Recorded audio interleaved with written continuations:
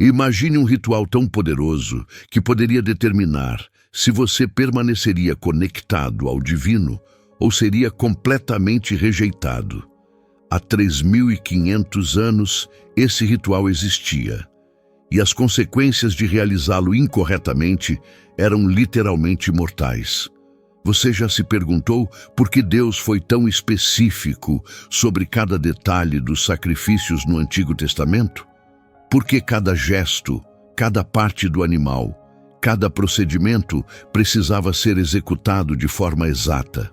Hoje, vamos mergulhar em um dos capítulos mais intrigantes da Bíblia, Levítico 3, que revela os segredos da oferta da comunhão.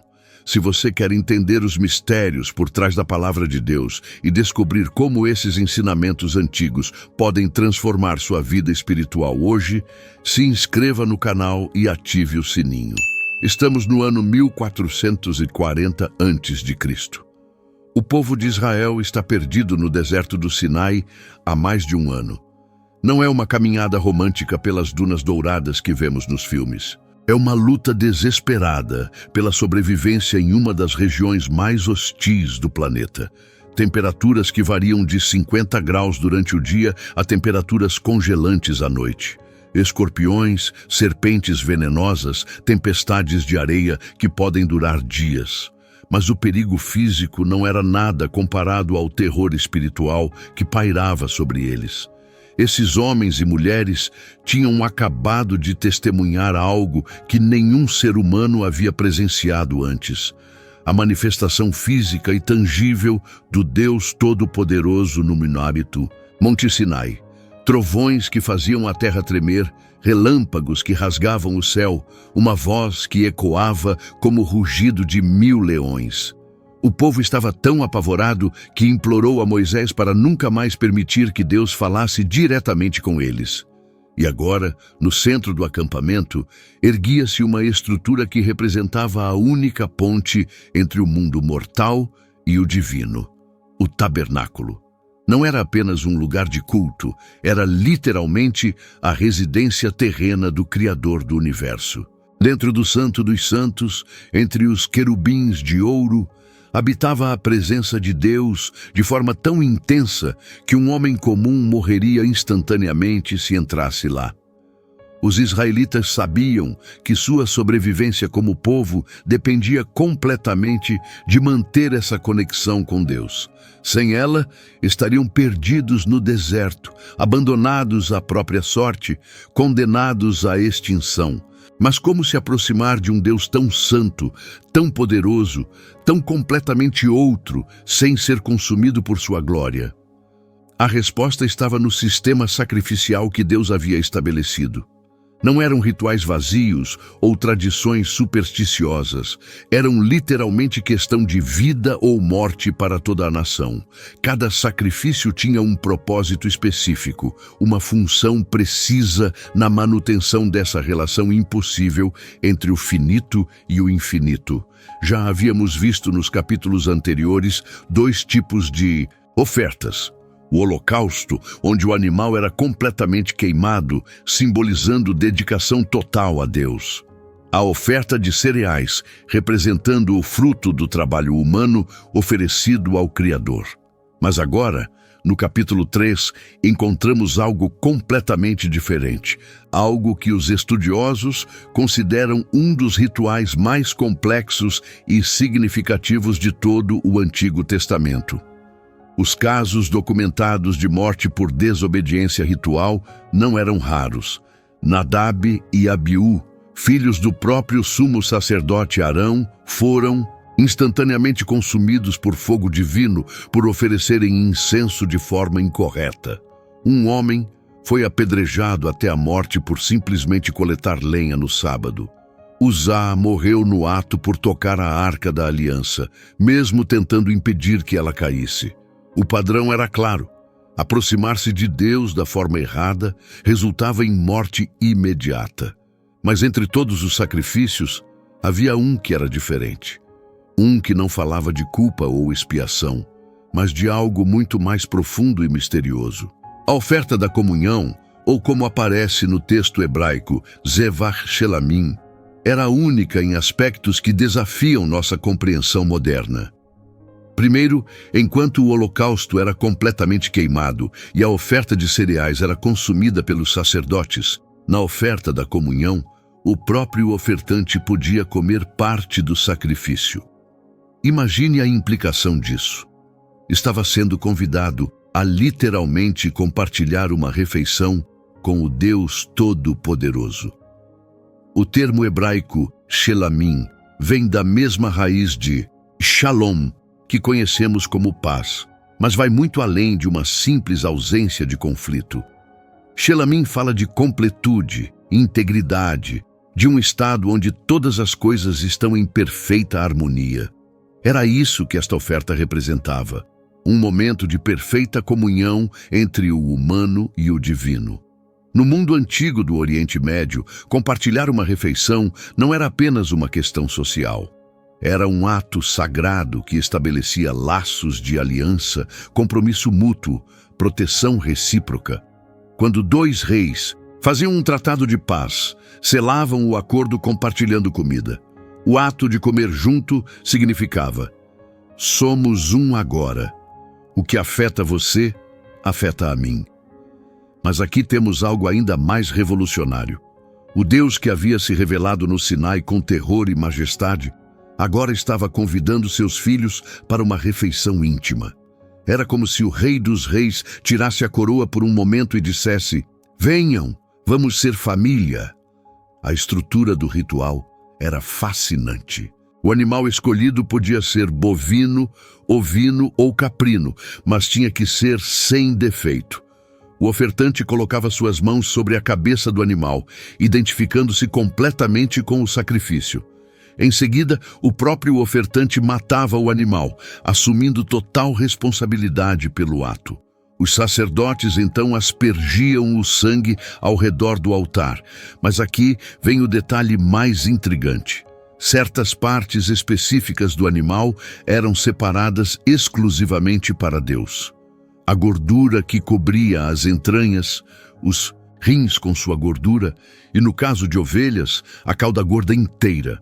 Essas partes eram queimadas completamente no altar, subindo como aroma suave ao Senhor. O restante da carne era dividido entre os sacerdotes e o ofertante com sua família. Mas havia regras específicas sobre quando e como essa carne deveria ser consumida. Se fosse uma oferta de ação de graças, tinha que ser comida no mesmo dia. Se fosse um voto ou oferta voluntária, podia ser consumida até o segundo dia. Qualquer sobra depois disso deveria ser queimada. Mas havia regras específicas, e quebrar uma delas significava algo terrível. Por que Deus era tão específico sobre cada detalhe? Por que exatamente essas partes do animal e não outras? Por que esses prazos tão rigorosos para o consumo da carne? E mais intrigante ainda, por que Deus estabeleceu uma proibição perpétua sobre comer gordura e sangue, com a ameaça de que quem desobedecesse seria extirpado do seu povo? Vamos analisar verso por verso o que Deus exigia. Se a oferta fosse gado bovino, macho ou fêmea, tinha que ser sem defeito.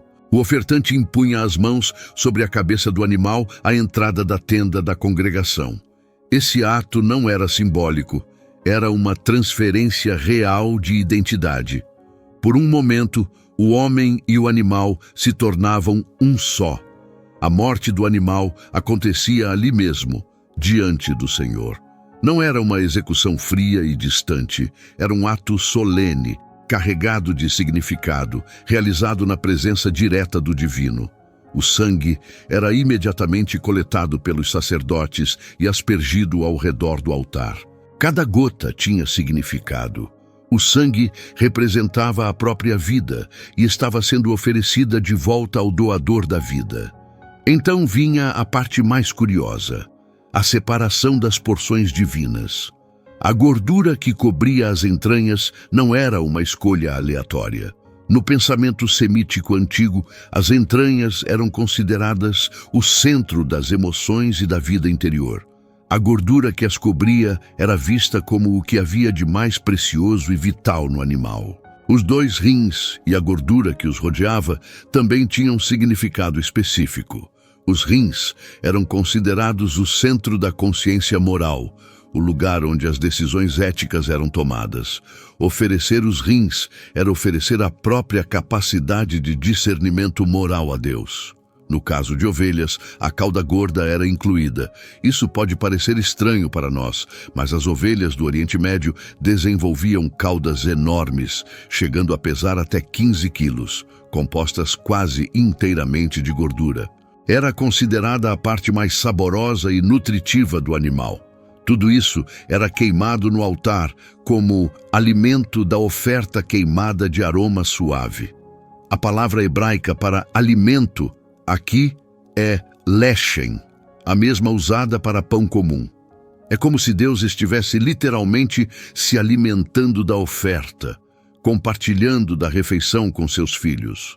O ritual era praticamente idêntico para ovelhas e cabras, com pequenas variações nas partes específicas oferecidas. Mas em todos os casos, a proibição era absoluta. Estatuto perpétuo será pelas vossas gerações em todas as vossas habitações. Nenhuma gordura nem sangue comereis. A palavra perpétuo no hebraico é olam, que significa literalmente para sempre, sem fim. Não era uma regra temporária ou cultural. Era uma lei eterna, válida para todas as gerações, em todos os lugares onde os israelitas habitassem. Mas por que essa proibição era tão severa? Por que especificamente gordura e sangue? E por que a punição para quem desobedecesse era ser extirpado do povo? Uma forma de excomunhão definitiva que equivalia à morte espiritual. Mas por que Deus era tão específico sobre gordura e sangue? A resposta vai te surpreender. Para entender a profundidade dessa proibição, precisamos mergulhar no contexto cultural e religioso do mundo antigo. Os israelitas não viviam em um vácuo espiritual. Estavam cercados por nações que praticavam rituais sangrentos e obscenos, onde o sangue e a gordura dos sacrifícios tinham papéis centrais em práticas que Deus considerava abomináveis. Descobertas arqueológicas nas últimas décadas revelaram detalhes perturbadores sobre os cultos cananitas. Em Cartago, antiga colônia fenícia, foram encontrados milhares de urnas contendo restos de crianças sacrificadas aos deuses Moloque e Baal. Os rituais envolviam não apenas a morte das vítimas, mas o consumo ritual de seu sangue e gordura pelos participantes, numa tentativa de absorver a força vital das oferendas. Tabletes cuneiformes descobertos em Ugarit descrevem cerimônias onde os adoradores bebiam sangue misturado com vinho e comiam a gordura dos sacrifícios como forma de comunhão com as divindades pagãs. Eles acreditavam que essas substâncias continham poder mágico, capacidade de conceder força sobrenatural e conexão direta com o mundo espiritual. Mas há algo ainda mais sinistro. Textos antigos revelam que muitas dessas práticas envolviam sacrifícios humanos disfarçados. Crianças eram mortas e sua gordura era consumida pelos sacerdotes pagãos em rituais de adivinhação. O sangue era usado para ungir ídolos e para criar poções que supostamente conferiam poderes sobrenaturais. Deus estava estabelecendo uma barreira absoluta entre seu povo e essas práticas demoníacas. A proibição do sangue e da gordura não era apenas uma questão alimentar ou de saúde. Era uma declaração teológica fundamental. Vocês não são como as outras nações. Vocês não precisam de magia, feitiçaria ou rituais sanguinários para se conectar comigo. Eu ofereço comunhão verdadeira através de meios santos. A ciência moderna nos revela aspectos fascinantes sobre por que essas substâncias eram tão valorizadas no mundo antigo.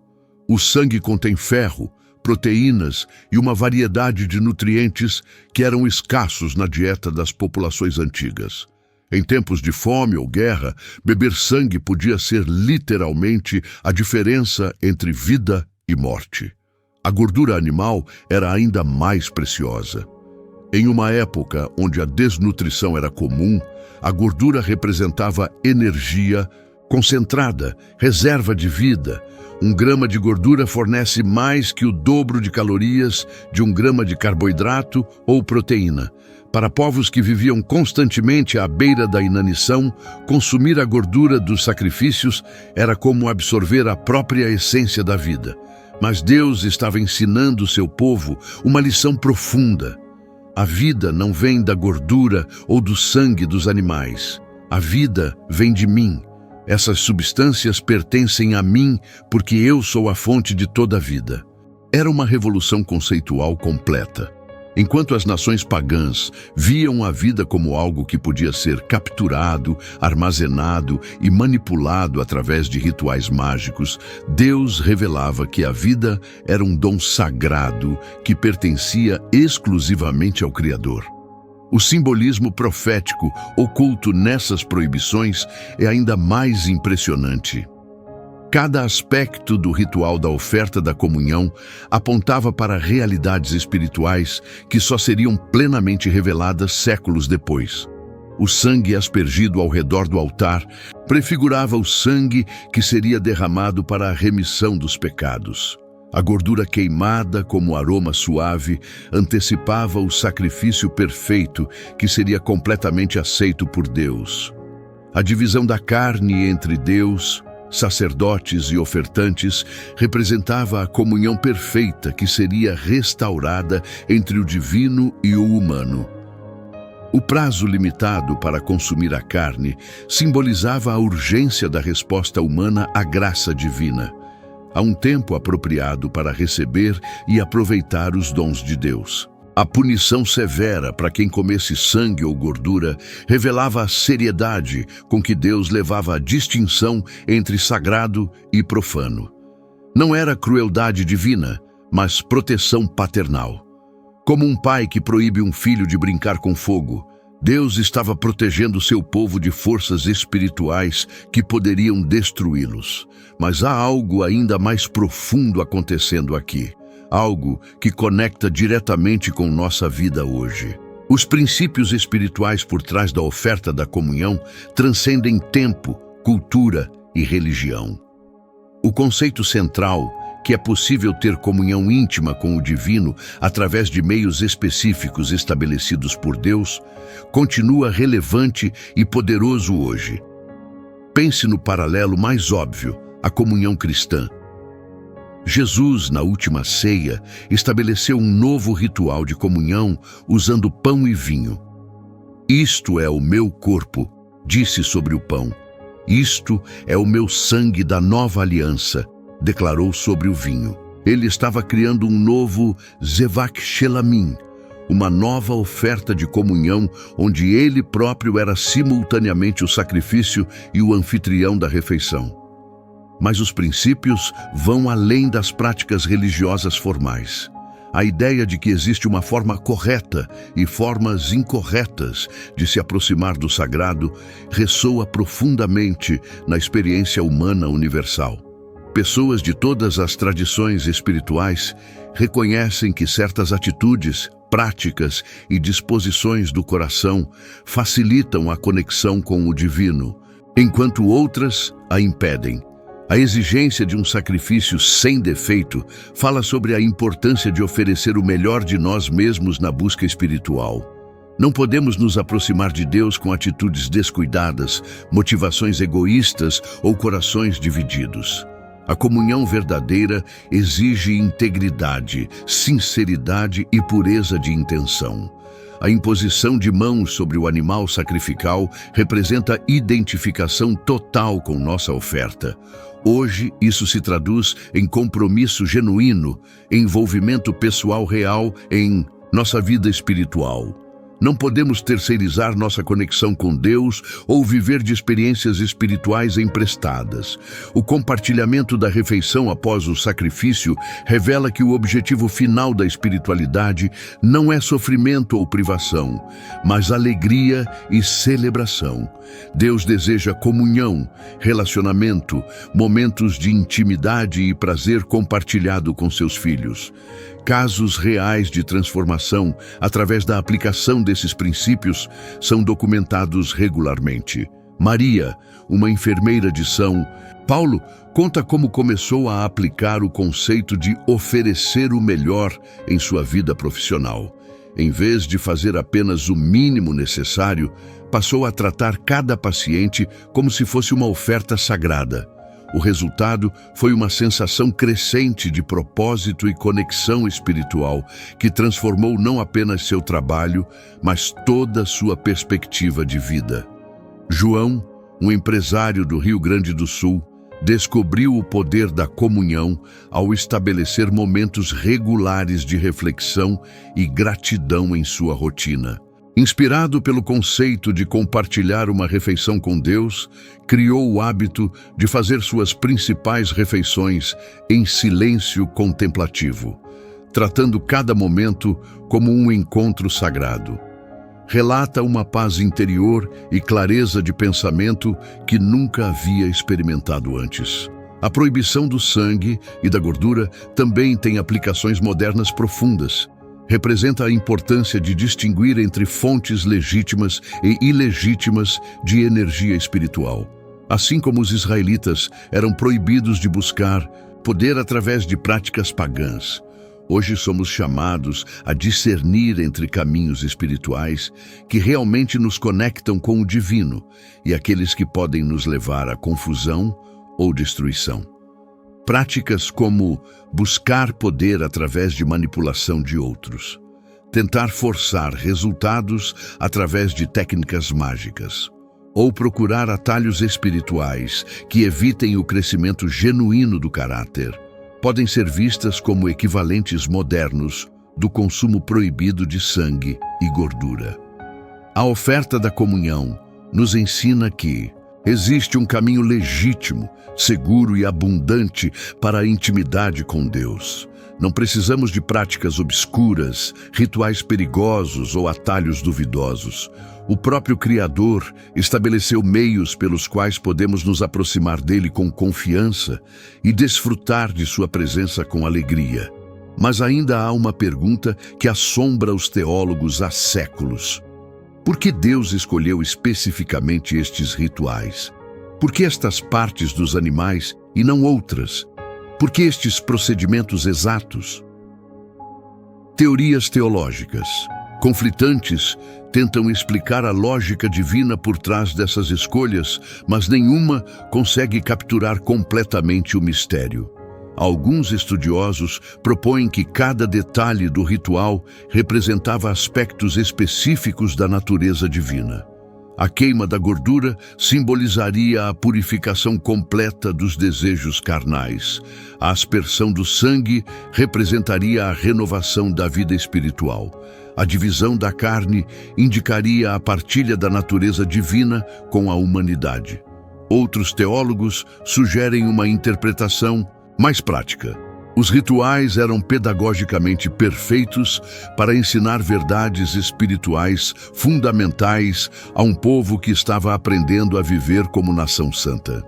Cada ação física correspondia a uma realidade espiritual que precisava ser internalizada. Há também a teoria mística, defendida por alguns rabinos e místicos cristãos, de que os rituais criavam literalmente portais de conexão entre as dimensões espirituais e físicas. Segundo esta visão, não eram apenas símbolos, mas mecanismos espirituais reais que alteravam a realidade em níveis que não podemos compreender completamente. Uma das conexões mais intrigantes é com outros textos bíblicos que parecem ecoar os mesmos temas. O profeta Malaquias fala de Deus dizendo: "Trazei todos os dízimos à casa do tesouro, para que haja mantimento na minha casa. E provai-me nisto, diz o Senhor dos Exércitos. Se eu não vos abrir as janelas dos céus e não derramar sobre vós bênçãos sem medida. A linguagem é surpreendentemente similar à da oferta da comunhão. Há uma oferta humana, uma resposta divina, e o resultado é a abundância que transborda.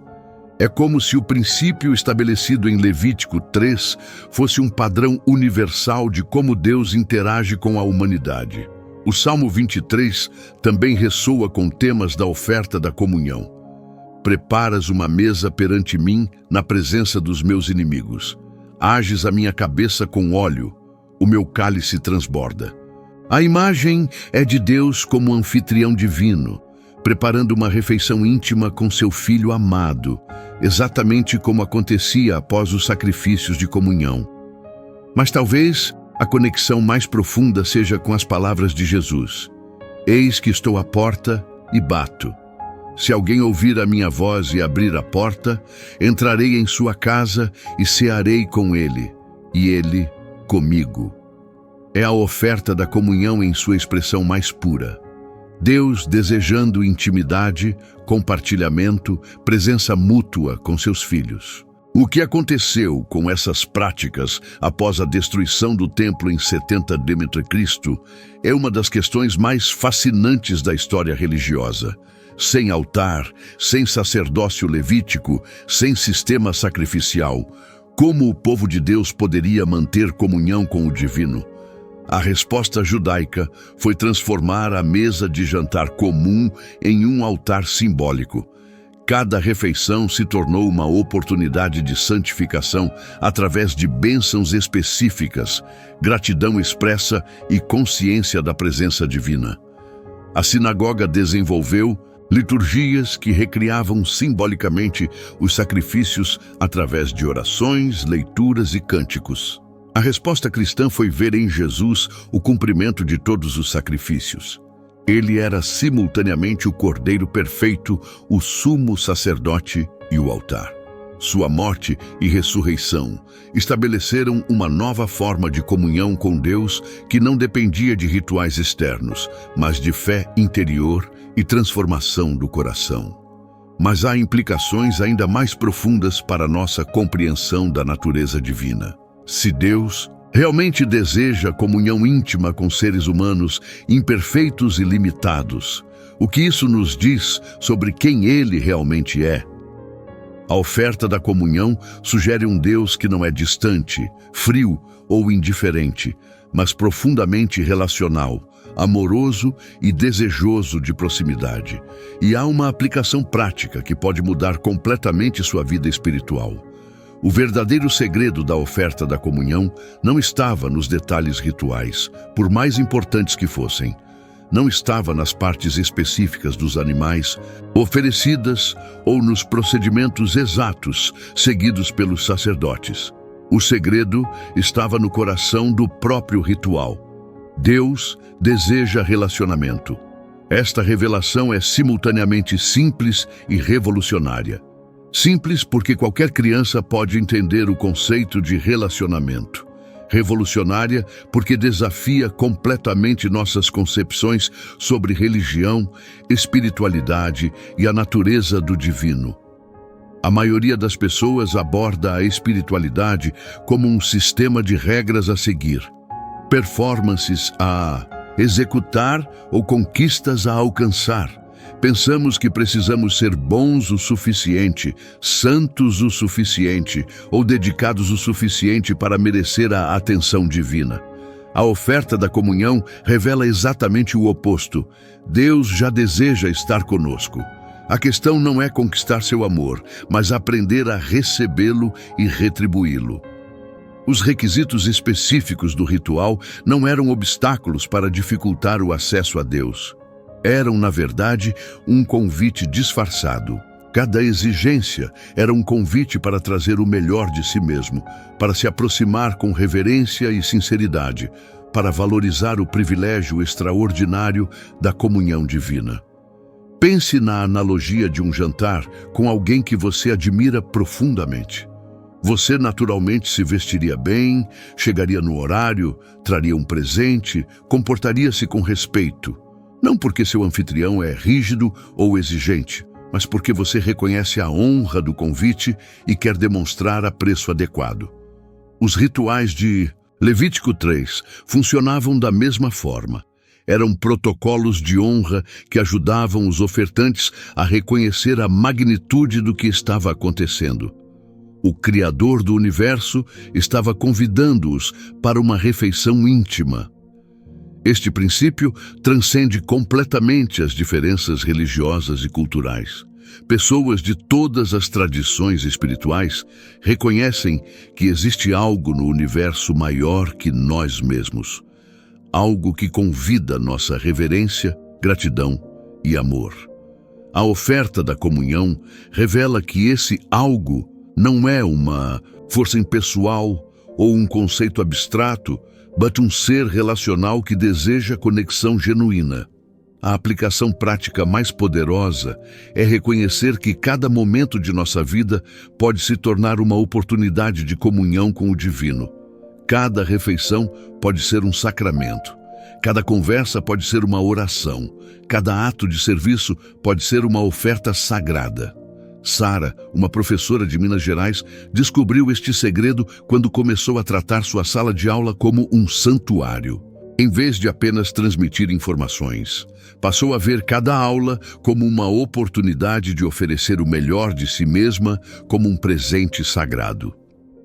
Relata que tanto ela quanto seus alunos experimentaram uma transformação profunda na qualidade do aprendizado e do relacionamento mútuo.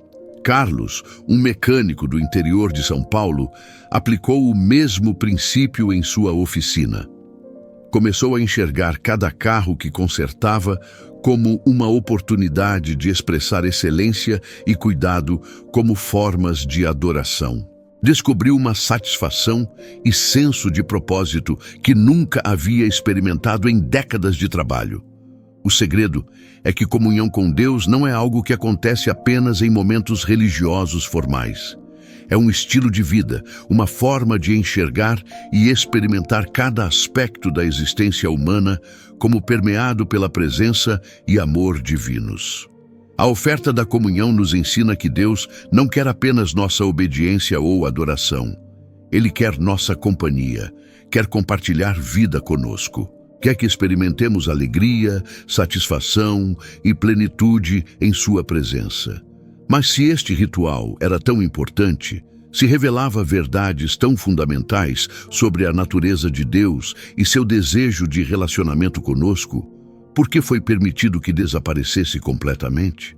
Por que Deus permitiu a destruição do templo e o fim do sistema sacrificial?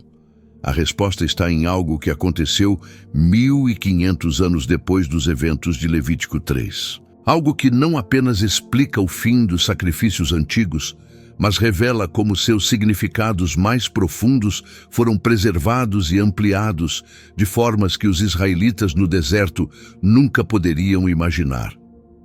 Esta é uma jornada que não termina aqui. Na verdade, mal começamos a arranhar a superfície dos mistérios contidos nas páginas das Escrituras.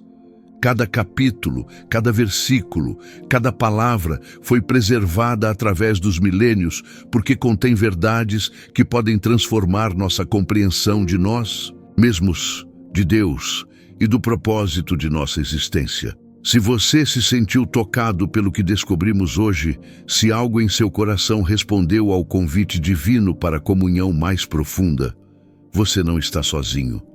Milhões de pessoas ao longo da história experimentaram essa mesma resposta ao encontrar verdades espirituais autênticas.